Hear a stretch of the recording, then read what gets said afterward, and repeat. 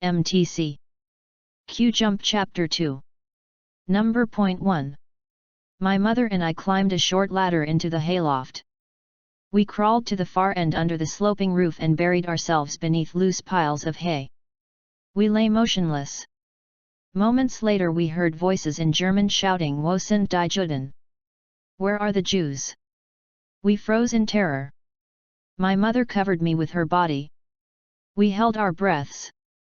We heard one of the men stomp halfway up the ladder and fling open the trapdoor. Leaning in, he jabbed violently around in the straw with his bayonet. The tip was only inches away from us. I felt my life slipping away. Suddenly, he stopped.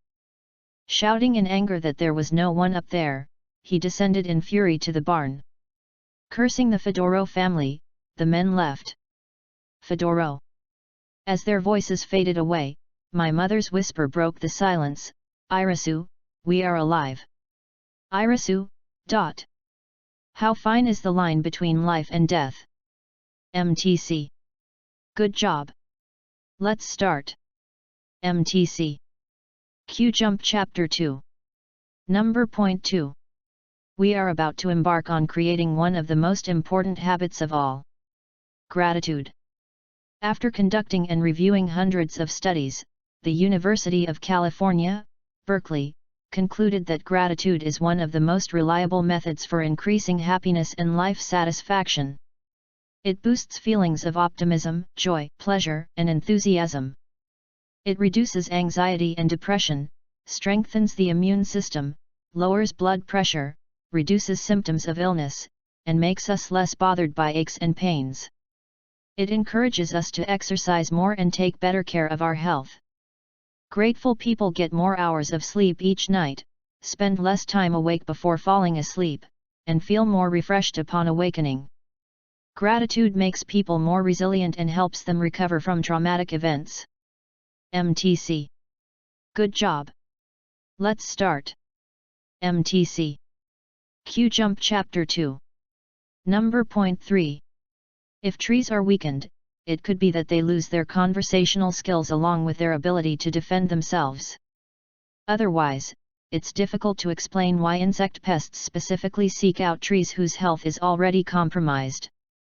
It's conceivable that to do this, insects listen to trees' urgent chemical warnings and then test trees that don't pass the message on by taking a bite out of their leaves or bark. A tree's silence could be because of a serious illness or, perhaps, the loss of its fungal network, which would leave the tree completely cut off from the latest news. The tree no longer registers approaching disaster, and the doors are open for the caterpillar and beetle buffet. MTC. Good job. Let's start. MTC. Q-Jump Chapter 2. Number point 4. Contemporary Western athletes speak in their own terms about time expansion. Tennis great Jimmy Connors has described transcendent occasions when his game rose to a level where he felt he'd entered a zone. Jimmy Connors. At these moments, he recalls, the ball would appear huge as it came over the net and seem suspended in slow motion. In this rarefied air, Connors felt he had all the time in the world to decide how, when, and where to hit the ball. Connors. In truth, of course, his seeming eternity lasted only a fraction of a second. 1-1. Basketball chatter is also laced with mystical-sounding references to getting into zones where time stands still. Players describe unexplainable occasions when everyone around them seems to move in slow motion.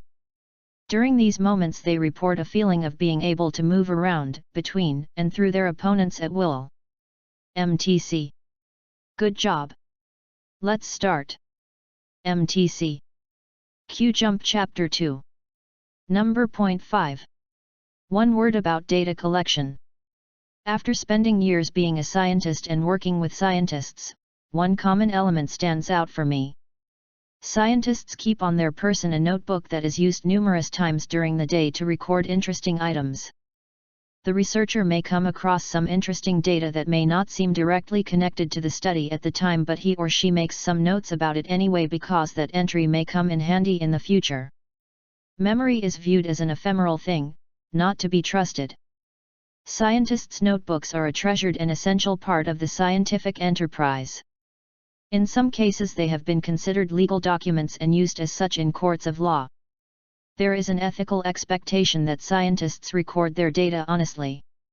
Many times, working with my mentor, biologist Skip Snow in the Everglades National Park Python project, I have seen Skip refer to previous entries when confronted with data that he thinks may provide a clue to a new line of investigation. Skip Snow Everglades, Skip. Researchers don't leave home without notebooks. MTC. Good job. Let's start. MTC. Q-Jump Chapter 2. Number 6. Recognizing past accomplishments, important events, goals reached, awards, or other important events in the organization's history is important to employees. It is also a way to honor both your current and past employees who contributed to the accomplishment. It adds to the sense of identity that employees have concerning their place of employment. Employees do take pride in their place of employment and want to share in the accomplishments they have helped achieve.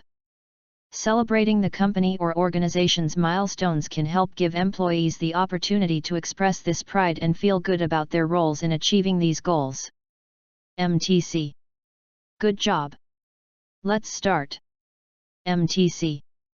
Q-Jump Chapter 2. Number 7. When people's processing objectives do not bias the information to which they attend, goal-irrelevant factors may have an impact. One such factor may be the affective reactions that people happen to be experiencing at the time the information is received. A study by Bauer, Gilligan, and Monteiro is illustrative. Bauer, Gilligan, Monteiro.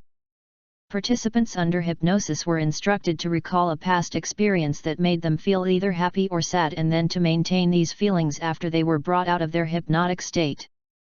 Then they read a passage about two persons that described both happy events and unhappy events that occurred to them.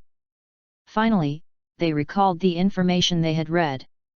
Participants who had been induced to feel happy recalled a greater proportion of positively valenced events, and a lower proportion of negatively valenced events, than did participants who were induced to feel sad. MTC. Good job.